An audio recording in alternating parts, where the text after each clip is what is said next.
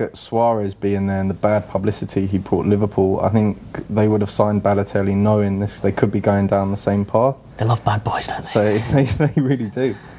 But it's a training that worries me in terms of when he was at Manchester City. Reportedly didn't train that hard, and first month or so he's going to be right up for it, isn't he? And then you can just imagine him throwing out his dummy. Can't you? I think I was saying off air in the Evening Standard, there was a pundit saying that he's this incredible thing, Balotelli, that people say hello to him with champagne and they say goodbye to him with champagne. So it's just like it's a celebration either side. And when you actually hear what AC Milan is saying, they can't believe they've got rid of him.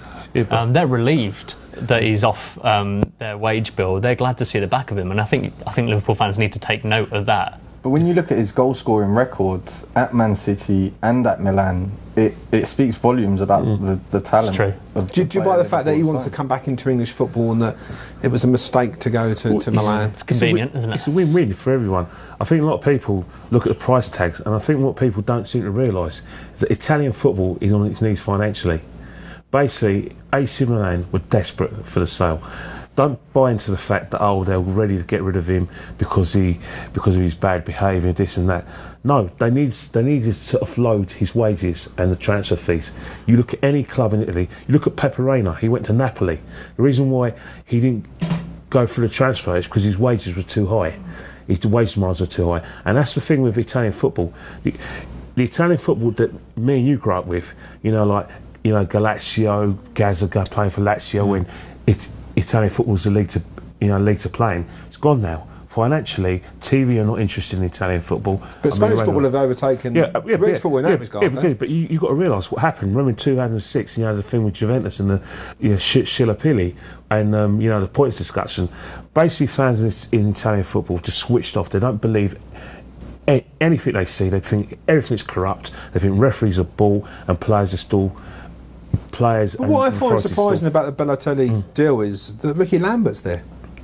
I mean, Ricky Lambert, who was scoring goals for Southampton. Different kind of players, though. Well, is he? It's Ricky Lambert, a match winner. Is he a match winner? No, he's not. He's not a match winner. But what I'm saying is, they've bought Lambert, who's not had a look in. Balotelli is the sort of whole, the guy's going to win it in the air and can play as a lone striker. And you could argue that Ricky Lambert fits into that category.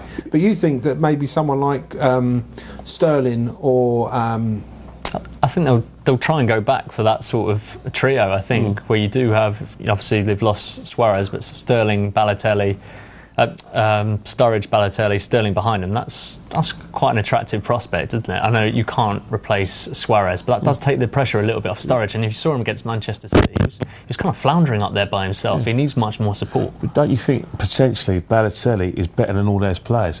That if you look at what you're going to potentially, if that guy is on the money and concentrates his football, he can be one of the top 5 players in the world. But how long have we been saying that? That's you say that, but then again, you've got to look at Eric Cantona. Eric Cantona went from club to club. He was, like I said, he was at Marseille. He had problems. Leeds, he had problems. He had problems in Saint-Etienne. He had problems all over France. He got the right manager, Sir Alex, and look what happened. He had league title after league title, FA Cup after FA Cup. He had 2 doubles. I think Liverpool's his natural home for Balotelli. I generally believe if he gives. He's all at Liverpool, and there's half as good as Suarez, if not 3/4. I swear the Liverpool crowd would love him. And Rodgers seems really good at man management. He does. I mean, Sterling was a bit of trouble last year, wasn't he, on that tour and that film they did in America.